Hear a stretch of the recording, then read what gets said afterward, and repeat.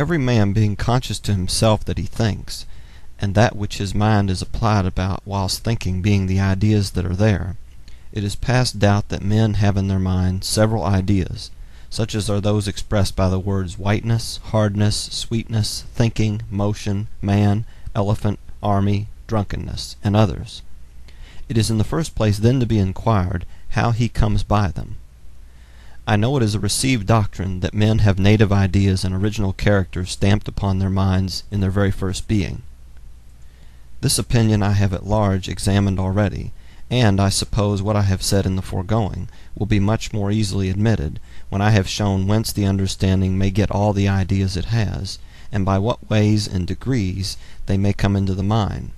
for which I shall appeal to every one's own observation and experience. Let us then suppose the mind to be, as we say, white paper, void of all characters, without any ideas. How comes it to be furnished? Whence comes it by that vast store which the busy and boundless fancy of man has painted on it with an almost endless variety?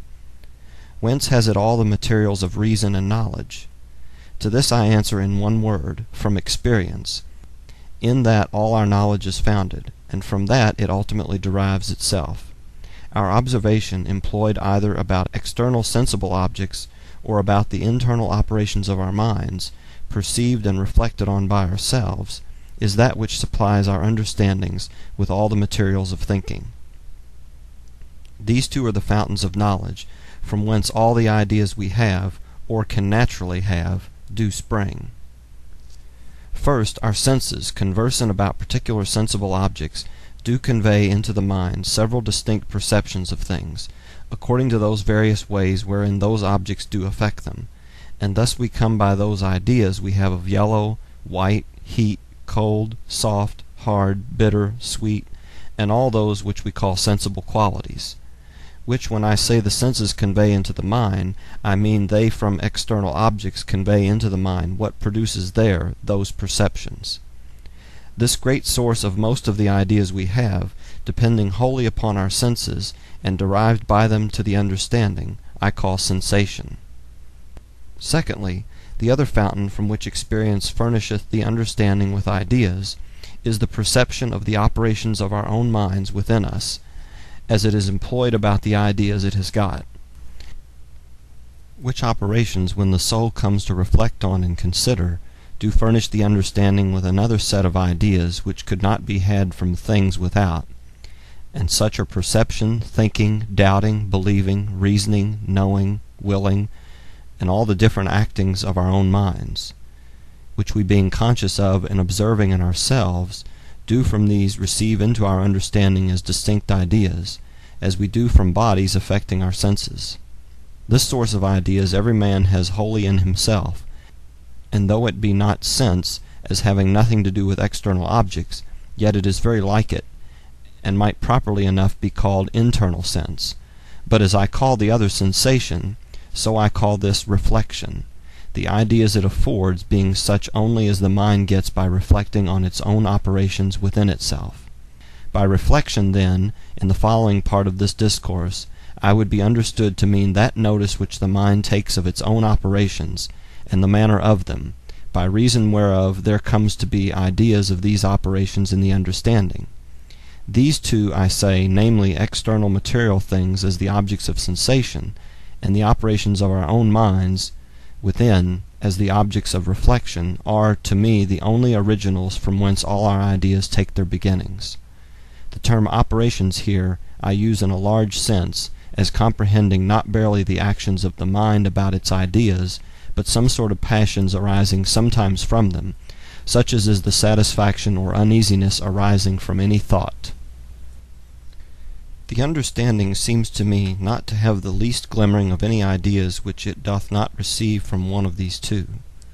External objects furnish the mind with the ideas of sensible qualities, which are all those different perceptions they produce in us. And the mind furnishes the understanding with ideas of its own operations. These, when we have taken a full survey of them, and their several modes, combinations, and relations, we shall find to contain all our whole stock of ideas, and that we have nothing in our minds which did not come in one of these two ways. Let anyone examine his own thoughts and thoroughly search into his understanding, and then let him tell me whether all the original ideas he has there are any other than of the objects of his senses, or of the operations of his mind, considered as objects of his reflection. And how great a mass of knowledge soever he imagines to be lodged there, he will, upon taking a strict view, see that he has not any idea in his mind, but one of these two have imprinted, though perhaps with infinite variety, compounded and enlarged by the understanding, as we shall see hereafter.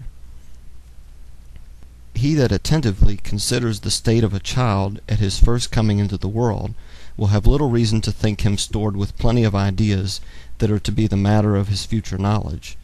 It is by degrees he comes to be furnished with them, and though the ideas of obvious and familiar qualities imprint themselves before the memory begins to keep a register of time and order,